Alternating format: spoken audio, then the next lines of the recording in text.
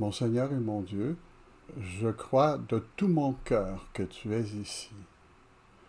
Je sais que tu me vois, que tu m'entends, et je t'adore, à genoux, en te demandant pardon de mes péchés.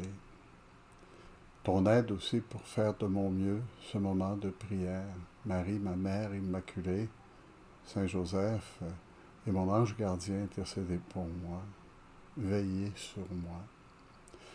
Nous voici encore une fois réunis pour prier Jésus. Une résonance de l'évangile d'hier qui précède l'évangile d'aujourd'hui, c'est ce qui suit. Seigneur du ciel et de la terre, je proclame ta louange. Ce que tu as caché aux sages et aux savants, tu l'as révélé aux tout petits. Tu l'as révélé aux tout petits. Je me souviens, à un moment donné, dans une réunion d'amis, il y avait un vieux prêtre qui était là, c'était le seul, et quelqu'un lui avait commenté que dans sa famille, il y avait un petit théologien, le petit théologien de la famille. Et c'était assez amusant parce qu'il racontait des anecdotes, des petites histoires, des questions qu'il avait posées comme pourquoi faut-il mourir pour voir Dieu? Ben, c'est une question intelligente pour un gars de 3 ans. Ou encore, Dieu qui sait tout, connaît-il mon âge? Est-il capable de connaître combien de cheveux j'ai sur la tête? C'est intéressant aussi parce que le Christ s'adressait de la même façon. La sagesse de l'enfant. On ne reviendra pas là-dessus parce que je suis certain que quelqu'un en aura parlé antérieurement. Mais ce qui est intéressant, la chose à retenir ici pour le développement qui suivra, c'est les enfants ont confiance dans leurs parents, surtout les petits-enfants. Et ils ont des questions qui se réfèrent toujours à deux vertus de leurs parents, normalement. L'amour et la confiance. Ils ont une confiance envers leurs parents ont confiance en eux, et vice-versa. Les enfants aussi aiment leurs parents, et les parents ont confiance en eux. Le Seigneur les loue donc dans son évangile et les présente comme l'exemple des dispositions qu'il faut avoir avec le Seigneur. Passons maintenant, si vous le désirez, si vous le suivez, Seigneur, nous voulons maintenant attaquer l'évangile d'aujourd'hui, qui est un évangile très beau et qui nous prend, qui est tout court lui aussi, et qui est tout à fait différent. On se demande, on dit, oui, mais qu'est-ce que ça a à voir? C'est la suite d'hier, mais c'est le verset après. Jésus prit la parole et dit, « Venez à moi, vous tous qui peinez sous le poids du fardeau, et moi, je vous procurerai le repos. » Incroyable. Le Seigneur qui vient de parler des enfants, qui sont des innocents, je veux dire, pas dans un mauvais sens, mais qui sont comme des modèles de simplicité. Et le Seigneur nous dit, ces enfants, c'est eux, vous vous rappelez, on vient d'en parler, c'est eux qui peuvent vous aider à porter le poids du fardeau. Si vous n'êtes pas comme des enfants, vous n'entrerez pas dans le royaume des cieux, n'est-ce pas?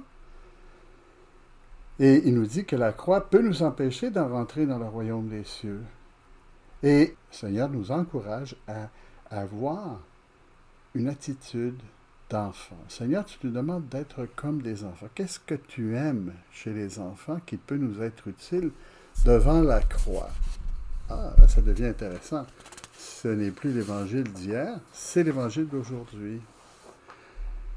D'abord, vous peinez sous le poids de votre fardeau. Un enfant n'a pas l'impression d'avoir un fardeau. Il a l'impression que tout fardeau lui est ménagé par ses parents.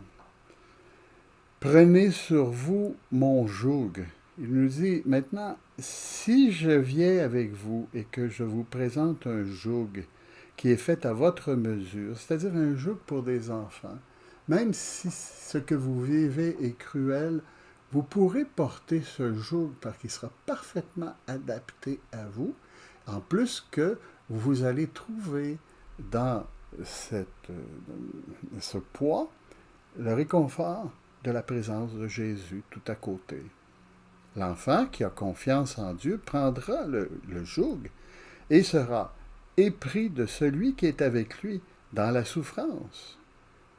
Celui qui souffre ceux qui se trouvent dans la souffrance, prenez sur vous mon joug, devenez mes disciples. C'est-à-dire que la meilleure disposition pour suivre le Christ, c'est d'être comme des enfants et de mettre beaucoup d'amour envers le Seigneur qui nous donnera le repos. Et c'est à ce moment-là qu'il dit, car je suis doux et humble de cœur, c'est-à-dire je suis comme un enfant. Voyez-vous, quelle est la qualité première d'un enfant? La douceur et l'humilité. On en parlait tout à l'heure, la confiance, l'humilité et la douceur. L'enfant est toujours bien accueilli dans les bras de sa mère. Et le Seigneur nous montre, toi Seigneur, tu nous montres que tu es comme une maman, que tu es prêt à nous enlever la souffrance pour la prendre toi-même. C'est assez curieux aussi que tu le dises ainsi, puisque c'est ce qui s'est passé quand tu es mort sur la croix. Tu as pris les souffrances. Et on peut entendre de tes lèvres, peut-être dans une prière silencieuse que tu aurais faite, si on avait été capable de l'entendre, quelle serait la prière que tu aurais faite sur le calvaire? Venez à moi, vous tous qui peinez, sous le poids du fardeau. Moi, je vous donnerai le repos. C'est une prière rédemptrice. Prenez sur vous mon joug, ma croix qui deviendra pour vous une croix adaptée, une croix que vous pourrez prendre et endurer avec joie parce que vous saurez que c'est moi qui la porte pour vous et que ce qui vous reste est adapté à ce que vous êtes, comme des petits-enfants à qui on ne peut pas demander un trop grand sacrifice. Devenez mes disciples, faites-moi confiance, aimez-moi, et moi je vous donnerai le repos, car je suis doux et humble de cœur. Seigneur, quelle belle invitation tu nous fais. C'est tout à fait, c'est magnifique, c'est tout à fait plein de sens, c'est d'une bonté et d'une profondeur qu'on ne connaît pas, ni dans la littérature, ni dans les philosophies. Un tel échange entre celui qui prend nos souffrances et nous-mêmes, qui sommes ses enfants. C'est merveilleux. Et d'ailleurs, j'entendais un vieux prêtre un jour à la fin d'une confession qui me disait, oublie pas que c'est lorsqu'on est sur la croix avec le Christ qu'on manifeste le plus notre filiation divine. Sur le coup, j'étais jeune, ça m'a frappé, j'ai dit, il faut que j'approfondisse. Et c'est tout à fait vrai. C'est lorsqu'on est avec le Christ, qu'on souffre avec lui, qu'on est avec lui. Hein, le Seigneur le dit, quand tu as maltraité un de tes frères, j'étais là. Hein, c'est moi que tu as maltraité. Le Seigneur prend notre place dans la souffrance. Et c'est ça un rédempteur, c'est quelqu'un qui nous redonne le courage, certes, mais aussi la grâce.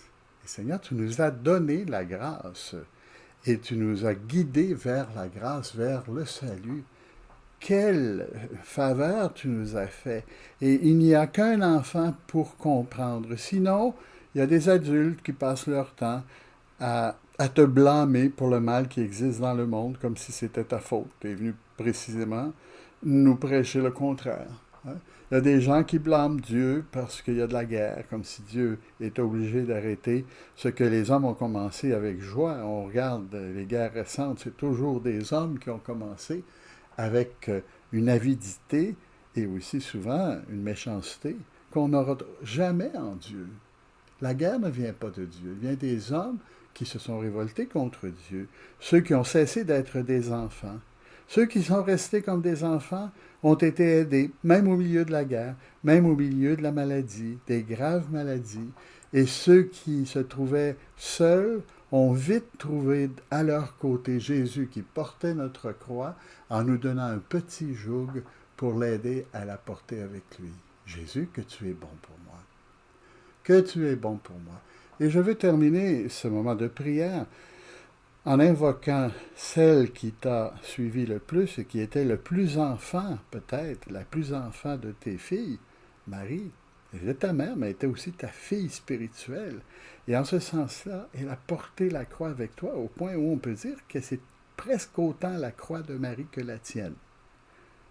Marie, apprends-moi, en fils de Marie, frère de Jésus, à accepter la croix que Dieu me demandera de posséder, de l'accepter comme un enfant, avec confiance, avec amour.